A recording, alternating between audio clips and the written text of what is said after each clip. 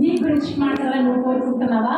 అయితే నువ్వు ఆసక్తిగా దేవుని సన్నిధిలో నీవే నా దేవుడు, నీ చిత్తము చేయ నాకు నేర్పు, నేను నీ సన్నిధిలో ఆసక్తిగా ప్రార్థిస్తున్నాం. జరగని జరగాలి ప్రభు, జరగనిది జరగాలి. మండించాలి గ్రామాన్ని నీ కొరకు నేను, రగిలించాలి ప్రజలు నీ కొరకు నేను. నా బ్రతుకు ఇదే ప్రభు, నా ఇష్టం ఇదే ప్రభు. నువ్వు మోకరిస్తే అభిషేకం దిగాలి మీదికి. నేను మండించడా యేసయ్య నీ సమర్పణ, దేవుని చిత్తము వెతికే వైనము దేవుడు మర్చిపోతాడా? పరిశుద్ధ గ్రంథంలో ఒక మాట ఉంది, నా నామము నిమిత్తము కుప్పెడంటే ఒక గిన్నెడు చన్నీళ్ళు ఇస్తే ఆ ప్రతిఫలం పోగొట్టుకోరంట. ఏమంట? యేసయ్యను బట్టి ఒక గ్లాసులో నీళ్లు నువ్వు ఎవరికైనా ఇస్తే ఆ ప్రతిఫలము పోగొట్టబడదు అని ప్రభు మాట్లాడుతున్నప్పుడు, యేసయ్య నిమిత్తము నీ బ్రతుకును సమర్పిస్తే ప్రతిఫలము పోతుందా? నీ తరతరాలు దీవించబడతారు. నువ్వు ఊహించని దీవెన, నీ చరిత్ర మారిపోతుంది. నువ్వు అనుకోని నాకు దీవించబడతానని, ఆ విధంగా ప్రభు నేను దీవించాలని ఆశపడుతున్నా. మామూలు బ్రతుకును బ్రతకొద్దు దేవుని కొరకు. ఒక అసమానమైన తీర్మానంలోకి ఈ దినం రావాలి. ఎవరి బిడ్డ నీ ద్వారా ఉద్యోగం రగలాలి. నీ ద్వారా యేసయ్య అభిషేకము ఒక ప్రాంతం నుంచి ఇంకొక ప్రాంతంలో కొనిపోబడాలి.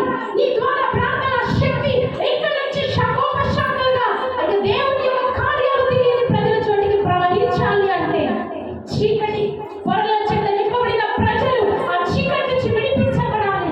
దుష్ట శక్తులతో, దయ్యపు శక్తులతో, పాపము చేత ఈ రోజు జీవితం చేత నింపబడిన ప్రజలను బయటికి తీయాలి. అంటే నువ్వు అసమానమైన సమర్పణలోకి రావాలని దేవుడి దినం మాట్లాడుతా ఉన్నాడు. అసమానమైన ప్రార్థన జీవితం ప్రతిగా కనబడాలని దేవుడు ఆశపడతా ఉన్నాడు. ఆ ప్రార్థన దేవుని చిత్తం చేసేదిగా, ఆ ప్రార్థన దేవుని ఒక కార్యాలు తలపెట్టేదిగా ఉండాలని ప్రభు ఈ దినం మాట్లాడుతా ఉన్నాడు. నువ్వు ఒక అసమానమైన వ్యక్తివి కాబట్టి ఇక్కడ దేవుని నిలబెట్టాడు. నువ్వు అనుకోవచ్చు నేను ఏదో జంతువులుగా కట్టడానికి వచ్చానని. లేదు, నువ్వు అనాది సంకల్పంలో దేవుని యొక్క చిత్తంలో ఉన్నావు. ఈ లోకంలోకి రాకముందుకు, నీ తల్లి గర్భంలోకి రాకముందుకు, బిడ్డగా రూపకడకముందుకు, నీ ఎముకలని ఏర్పడక ముందుకు ఆయన యొక్క చిత్తంలో నీ పేరు, నీ యొక్క వంశము లిఖించబడి ఉన్నది. ఊరికే వచ్చాను నువ్వు అనుకుంటున్నావేమో, నువ్వు ఊరికే రాలేదు. You are a divine person. You are a chosen person. నువ్వు ఎన్నుకోబడిన వ్యక్తివి. అందుకే యేసయ్య మందిరంలో ఉన్నావు. నువ్వు ఎన్నుకోబడిన వ్యక్తివి. కానీ నువ్వు చాలా సింపుల్ గా బ్రతుకుతున్నావు. ఆ సింపుల్ జీవితం నుంచి బయటికి రావాలి. ఇది నా దేవుడు పిలుస్తా ఉన్నా. చాలు ఈ ప్రార్థన, అర్ధగంట ప్రార్థన చాలు. ఈ యొక్క వారానికి ఒక్కసారి ప్రార్థన చాలు. 2 సార్లు ఉపవాస ప్రార్థన చాలు. ఈ డోలో చాలు. ఈ కంజన చాలు. ఈ ఆరాధన కాదు. రా బయటికి ఆ స్థితిలో నుంచి బౌండరీస్ తీసుకొని సంతృప్తి చెందుతా ఉన్నావు. నువ్వు ఆ సంతృప్తికరమైన జీవితం కాదంట యేసయ్య కావాలి. నువ్వు బయటికి వచ్చి దేవుని మహిమను వెతకాలి. దేవా, నువ్వు నన్ను ఎంత దీవించాలనుకుంటున్నావో, ఎంత వాడుకోవాలనుకుంటున్నావో, ఎక్కడికి ఎంత దూరం తీసుకెళ్ళాలనుకుంటున్నావో నన్ను తీసుకెళ్ళని నేను అడగగలిగిన స్థితిలోనికి రావాలి. అప్పుడు నేను ఏం చూస్తావు తెలుసా?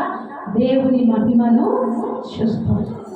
అబ్రహామును దేవుడు పిలిచాడు, మారు మాట్లాడకుండా వచ్చాడు. విశ్వాసులకు తండ్రిగా మార్చబడ్డాడు. నిన్ను కూడా పిలుస్తా ఉన్నాడు. నీకుంటున్న ఆ యొక్క బౌండరీస్ కూడా సంతృప్తి చెందుతూ, ఈ ఫోన్ బాగుంది, ఈ జీవితం బాగుంది, కొంచెం జీవితం బాగుంది కాదు. ఆ కొంచెం నేను చూడాలనుకోవట్లేదు. యేసయ్య నువ్వు ఆశీర్వదించబడిన వ్యక్తిగా, అబ్రహాములాగా నువ్వు ఆశీర్వదించబడిన వ్యక్తిగా ఉండాలని దేవుడు ఆశీర్వదిస్తా ఉన్నాడు. అనేకులను వెలిగించే వ్యక్తిగా, అనేకులకు నువ్వు ప్రార్థన చేసే వాళ్ళు దీవెన పొందే వ్యక్తిగా నువ్వు ఉండాలని దేవుడు ఆశపడతా ఉన్నాడు. ఇది నువ్వు దేవుడు నీతోనే మాట్లాడుతా ఉన్నాడు. రా బయటికి. నీకున్న ఆ యొక్క సంతృప్తికరమైన జీవితం నుంచి బయటికి వచ్చి యేసయ్యకు సంతృప్తినిచ్చే జీవితంలోకి నువ్వు రావాలి. అదే దేవుడు కోరుకుంటున్నాడు నీ జీవితంలో. నీవే నా దేవుడవు, నీ చిత్తమే నేను చేయాలి. నువ్వు ప్రతిదినము దేవుడిని అడిగినట్లయితే, ఈ లోకపు తల్లిదండ్రులే మంచి ఈవులు ఇవ్వాలనుకుంటున్నప్పుడు నీ పరలోకపు తండ్రి నీ ఎడల గొప్ప ఈవులను, ఆయన సిద్ధపరచిన ఈవులను, ఆయన ప్రణాళికలో నీకు రావాల్సిన ఆశీర్వాదాలను ఇవ్వడానికి సమర్థుడై ఆసక్తితో ప్రార్థించాలి. జీవితాలను, నీ ప్రార్థన నీ కుటుంబాన్ని కాదు, నీ ప్రజలను కాదు, గ్రామాలను జీవము చేత మండించేదిగా ఉండాలి.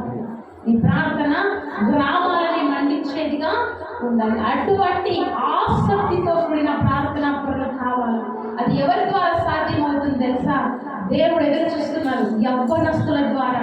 ఎవరి ద్వారా తెలుసా? యవ్వన బిడ్డలు. నీ బలము కోరుకుంటున్నాడు దేవుడు, నీ శక్తిని కోరుకుంటున్నాడు. మీరు మోకాలు వేసి మీ బలాన్ని దేవుని సన్నిధిలో పెట్టి మీరు చేసే ప్రార్థన కోరుకుంటున్నాడు దేవుడు. అసమానమైన కార్యాలు మీ ద్వారా చేయాలని పరిశుద్ధాత్మ దేవుడు కోరుకుంటున్నాడు. చాలా ఆసక్తిగా ఉన్నాడు దేవుడు నీ ఎడల. ఎంత ఆసక్తి అంటే నీ జీవితంలో ఒక ఉన్నతమైన స్థానంలో నిలబెట్టి గొప్పగా నిన్ను వాడుకొని ఆయనకు మహిమ తెచ్చుకోవాలని, ఆయన చేతిలో ఉన్న నిన్ను కూడా అనేకుల ఎదుట ఘనపరచాలని దేవుడు ఆశపడతా ఉన్నాడు. కాబట్టి మనందరి జీవితంలో యవ్వనస్తులుగా ఉంటా ఉన్నాము. మీ జీవితంలో ఇంకొక దశలోకి మీరు వెళ్ళకముందుకే మీరు దేవుని చిత్తాన్ని వెతకాలని ప్రభువు వారు మాట్లాడుతున్నారు. ఆ వెతకడము కూడా ఆసక్తితో వెతకాలి, ఇష్టంతో వెతకాలి, ఇష్టంతో వెతకాలి, ఇంట్రెస్ట్తో వెతకాలి. నాకు ఇష్టమయ్యా నీ సన్నిధిలో ఉండడము, నాకు ఇష్టమయ్యా చిత్తము చేయడము, నాకు ఇష్టమయ్యా ఆరాధించడము, నాకు ఇష్టమయ్యా సువార్త ప్రకటించడము, నేను పనిచేసే చోట చూపించడం నాకు ఇష్టమయ్యా. నీ అద్భుత కార్యము నీ ప్రజల మధ్య చూడాలయ్యా, నీ శక్తిని చూడాలయ్యా. దిగాలయ్యా ప్రజల మధ్య, నీ కఠినల మధ్య, మనుషుల మధ్య నీ శక్తి తాకాలయ్యా. ఆనాడు ఆది అపోస్తలుల ప్రజల ఎదుట దిగిన అభిషేకం మన మధ్య దిగాలి అంటే నువ్వు లేవాలి. దేవుని బిడ్డ, ఓ యవ్వనస్తుడు నువ్వు లేవాలి, ఓ యవ్వనస్తుడు నువ్వు సంకల్పించుకోవాలి. నేను రెడీగా ఉన్నాను. ఆనాడు 120 మంది ఒకసారి అపోస్తలుల కార్యం తీసి దేవుని బిడ్డల అపోస్తలుల కార్యం 2వ అధ్యాయం 1వ అధ్యాయంలో ఉంటుందండి. చివరిలో ఒక మాట చదువుతామండి.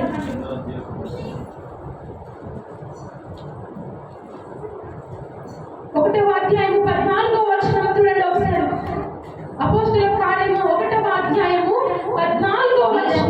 వీరందరూ వీరితో కూడా కొందరు స్త్రీలను యేసు తల్లి అయిన మరియయు ఆయన సహోదరులను ఏక మనసుతో ఎడతెగక ప్రార్థన చేయుచుండిరి. యేసు ప్రభు వారు వెళ్ళిపోయిన తర్వాత వీరు చెట్టుకొకరు, పుట్టకొకరు, గాలికొకరు, అట్టకొకరు, ఎట్లొకరు వెళ్ళకుండా ఒక గుంపుగా ఒక ఇంట్లో చేరి యేసయ్యా నీ చిత్తం కొరకు కనిపెడుతున్నామని చెప్పి వారు దేవునికి సమర్పించుకొని మోకాలు వేస్తారు. వారే సమర్పించుకొని మోకాలు వేయకపోయింటే పరిశుద్ధాత్మ దేవుడు భూలోకానికి వచ్చేవారు. వాళ్ళు 120 మంది వారి నాయకుడు లేకపోయినా, వారి నడిపించే రక్షకుడు లేకపోయినా, వారి పక్షం నుండి అద్భుత కార్యము చేసిన అభిషేక్తుడు లేకపోయినా, ఆయన పరములకు చేర్చబడిన దేవుడు చెప్పాడని మోకాలేసి ఏం చేస్తున్నారు తెలుసా?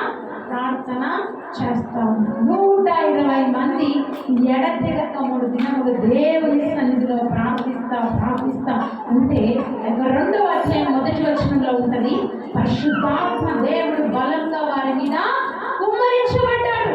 అభిషేకపు ఆత్మ ఈ దినము అనేక దేశాల్లో అద్భుతాలు, ఆశ్చర్యకార్యాలు, స్వస్థతలు జరిగిస్తున్న ఆత్మ దేవుడి యొక్క ఆవిర్భావం మనం చూడగలుగుతాం. ఆ దినం ఆ యవ్వనస్తులు, ఆ శిష్యులు సమర్పించుకున్నారు, దేవుని యొక్క శక్తిని చూస్తూ ఉన్నారు. మీరు సమర్పించుకుంటే, మీరు దేవుని సన్నిధిలో కనిపెడితే, మీరు దేవుని కొరకు ఏదో ఒకటి చేయాలి ఆయన చిత్తంలో ఉండాలని మీరు ఆశపడినట్లయితే దేవుడు కూడా మీ జీవితాలను అసమానంగా దీవించాలని ఆశపడుతూ ఉంటాడు. అసమానంగా మీరు అనుకోని విధంగా దేవుని యొక్క ప్రణాళికలు ఎంతో ఉన్నతమైనవి. రాజైన దావీదు ఊహించలేదు.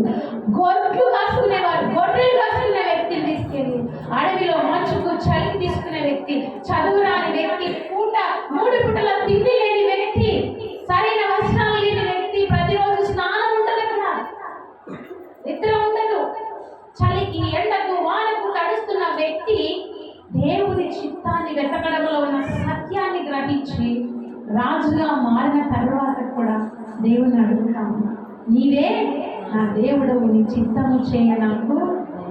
మనం కానీ రాజులైతే ఏం చేస్తామండి?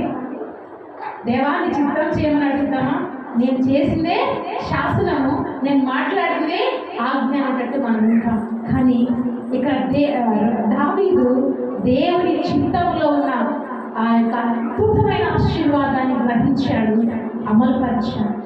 దేవుని చిత్తమే నాకు మేలు ఎప్పటికీ, దేవుని చిత్తమే నాకు ఆశీర్వాదం, దేవుని చిత్తమే నాకు. నేను చూస్తూ ఉంటాను ఆయా రీతిగా కొంతమంది యవనస్తులు, స్త్రీలు, పురుషులు ఈ చదువు వస్తున్నాను అంటే నేను చదివేది ఇదే వెళ్తారు. 1 సంవత్సరం కాలేజ్ చదివి 2వ సంవత్సరం కాలేజ్ మానేసి ఇంట్లో కూర్చుంటారు. ఎందుకంటే దేవుని చిత్తం కాదు. ఈ బిజినెస్ వద్దు, 1 నెల బరబరగా చేసేస్తారు, 2 నెలలకు నష్టం వచ్చిందని మూసేసుకుంటారు. ఈ పెళ్లి వద్దురా బాబు అంటే లేదు నాకు నచ్చింది నేను వెళ్ళిపోయి చేసుకుంటాను అంటారు. సంవత్సరం లేకుండా నాకు విడాకులు కావాలంటారు. ఈ బైక్ వద్దురా నీకు దేవుడు చెప్పట్లేదంటే లేదు నాకు కావాలంటారు, పోయి యాక్సిడెంట్లలో పడతాను.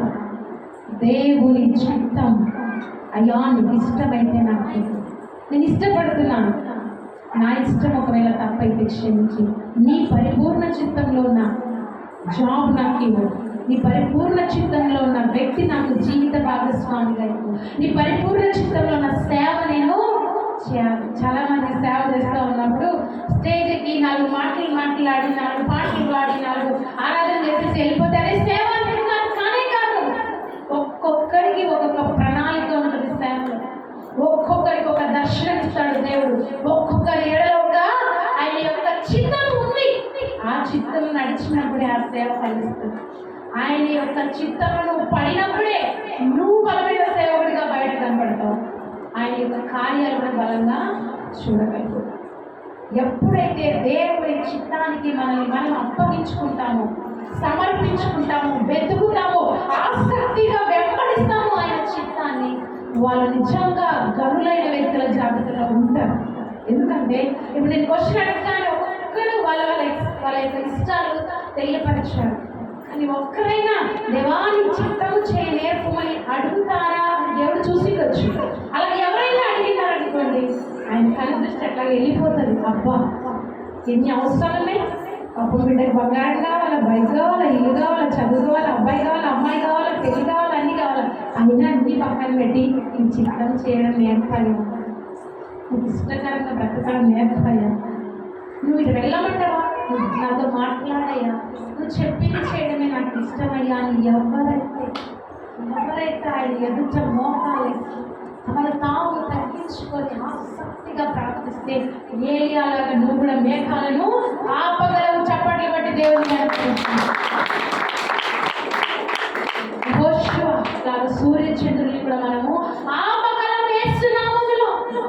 మనకు అసాధ్యమైంది ఏది లేదు, నీకు అసాధ్యమైంది ఏది లేదు. దేవుని సన్నిధిలో నువ్వు మోకాలేసి దేవుని సన్నిధిలో అనగా దేవుడి పక్షాన గొప్ప కార్యాలు చేయాలని ఆశపడతావు.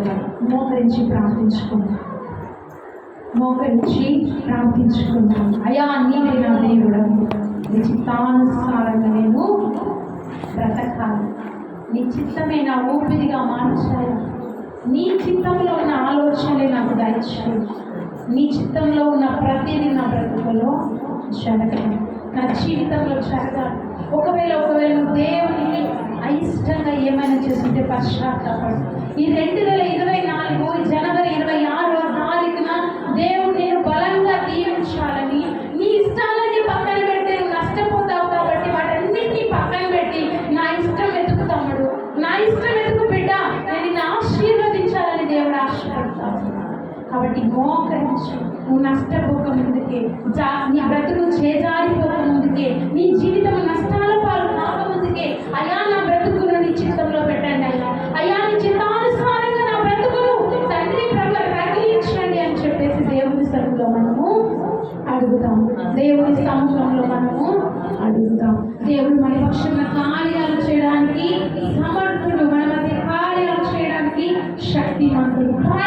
నీ జీవితంలో ఒకవేళ దేవుని యొక్క చిత్తం నిర్లక్ష్యపరచాలి, దేవుని యొక్క ఇష్టం ఈ జీవితంలో చేయలేక విఫలమైనామేమో అడుగు. దేవుని ఆసక్తితో అడుగు, నాకు నీ సహాయం కావాలా, నాకు నీ తోడు కావాలా, నన్ను లేవనెత్తము, నీ చిత్తంలో నా వ్యక్త వివాహము జరిపించు, నా బలహీనతలన్నీ దూరం, ఒక అసమానమైన అద్భుతమైన వ్యక్తిగా నా జీవితంలో తండ్రి నేను